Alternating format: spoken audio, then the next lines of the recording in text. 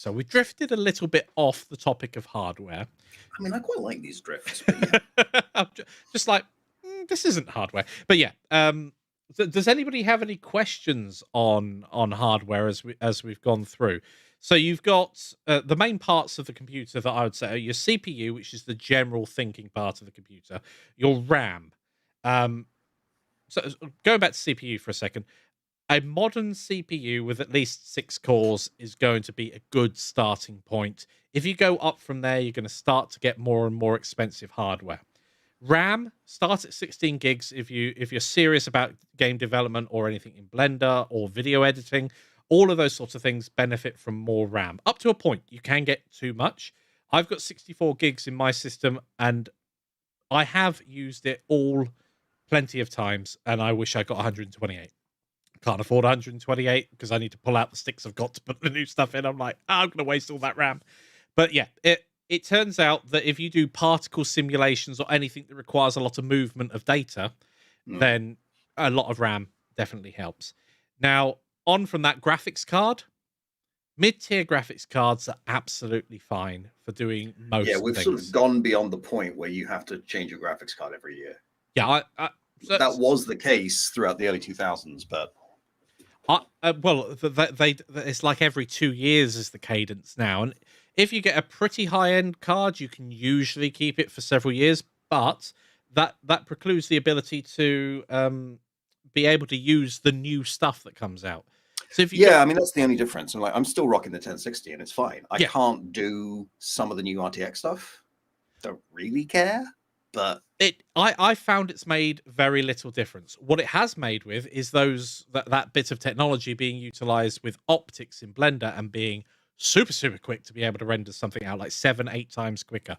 And I can't test anymore. I used to have a 1080, and they actually enabled optics for the 9, 10, 20, and 30 series. And they say it's a lot quicker, but my experience of optics before I swapped out to a 30 series card was that it took the same time, but you needed less samples. So at that point, it was just like, well, you're balancing things together. I don't know if it's much faster now because that's before Cycles X became much more developed.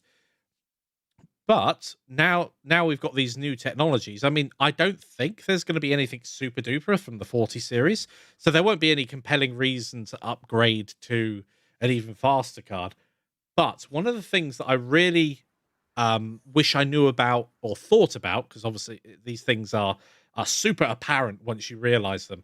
If you have high-end hardware, it generates a lot of heat. Yes. And the predictions are that the new CPUs that are coming out and the new GPUs towards the end of the year are going to be even more power hungry. So my total system will put out about 600 watts by itself, plus maybe a couple hundred watts for the other hardware and lighting around. So I'm effectively in the corner of a room with an 800 watt heater. That can get uncomfortable if you're in an environment where you cannot cool it down. Maybe you don't have air conditioning. Maybe the country you live in is already at like 35 degrees during the day. We've had, with the recent heat waves and everything, it's become very apparent that some people are used to a lot of heat. And even if you can run air conditioning, like if you're trying to do recording and sound work, you have to turn the AC off. Yeah, and then you start boiling yourself. So that's one of the things that I wish I'd paid more attention to, is the fact that, yes, it's great having high-end hardware, except when you start cooking yourself. And even then, the high-end graphics card and the high-end RAM, I would say, matters for certain types of experience in games more than others. Like if you are looking for incredible high fidelity on a top-end flight simulator, I can see the argument for going all in. Yeah, right? It also helps with VR experiences, being able to run. VR is a great example. With anything where you're looking for that very big cinematic experience. That's not typically what I'm looking for. In fact, I will always turn off motion blur, which I mentioned because the only reason motion blur exists is to simulate a movie camera. I hate motion blur. Like the human eye doesn't work like that, but we expect action scenes to have blur, so we put it in. There are two things in games, unless they are actually a cinematic game, I'll turn off. One is motion blur, and one is depth of field. And there are quite a few games at the moment. I'm like, yeah, but where my cursor isn't what I'm necessarily looking at. Why is everything blurry? If I wanted a blurry thing, I mean, I want. get that from my glasses. I need to get new glasses. One final thing on hardware, then, and Oh, yeah, we're still talking about that. well, I was just leading on to not only is the heat there, but in certain parts of the world at the moment, I know that's not the case in oil-producing nations like Canada and the States a lot of the time, but in a lot of the world at the moment, electricity is incredibly expensive. Yep. And I made a a napkin calculation, roughly how much when the Mac Studio came out. I'll preface it with that. How much money would I save if I just swapped my computer, sat down there, and just used the brand new Mac Studio? Bearing in mind they're like £2,000 plus, which is a good chunk of money. I would save approximately £400 to £500 at current electricity prices by switching over, just on a raw calculation. And you're like, wow, that's a huge decision, and it essentially pays for itself in 4 years, and that's assuming that electricity prices don't go up, which they're predicted to do again. Which we know they're going to in 2 months. Like. Yes, they've already said it's going up. Now it's one of those things that you don't really think about when buying a computer, but if you buy high-end hardware, it comes with expensive heat because or expensive running. Sometimes significantly more, because you often end up pulling far more power for the small increment gain that you're getting over something a little less. But not only that, you end up with, as I say, the cost of running the thing and the potential of failure due to heat. Now, often that's not a problem, but if you have high-end hardware, you do need to maintain it. You need to make sure that the fans are clear and that your you dust. You definitely don't want a cookie machine. Most computers have sort of trip. So, I'm too hot, I'm going to turn off.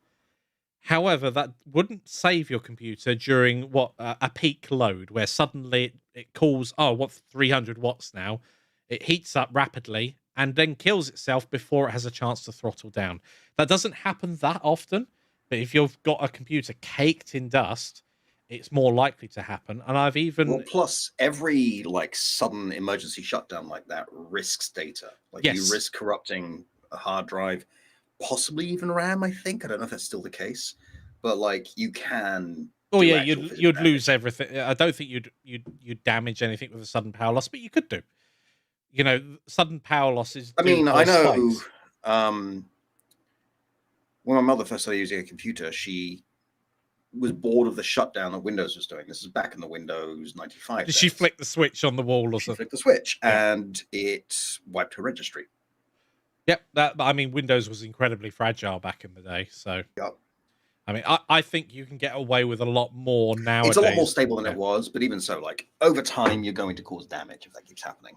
Yeah, I mean, if you're saving out a file, so recording a video like we're doing right now, when I press stop recording, it still takes a few seconds to finish, take the data from RAM and store it on the hard drive. And having a fast system helps with that sort of thing. But essentially, if you lose power at any point, you're going to lose data at some point. And I've had computers.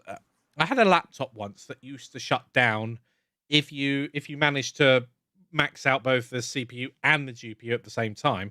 It turns out it wasn't overheating. The Dell, in their infinite wisdom, didn't actually spec it with enough power delivery that if you did those two things, it just went, I don't have the power. Bye. It would just go off. Dreadful machine. Yep.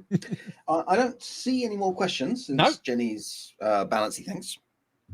Hey, hi, BB. Hey, baby. So yes, that pretty much wraps up the hardware side of things. It can be difficult, and if you have any questions, of course, I'm always happy to help. Hop over to our Discord, and I'll hop on over into Discord. Yes. I will just post the link to the Discord in our chat, and we can move on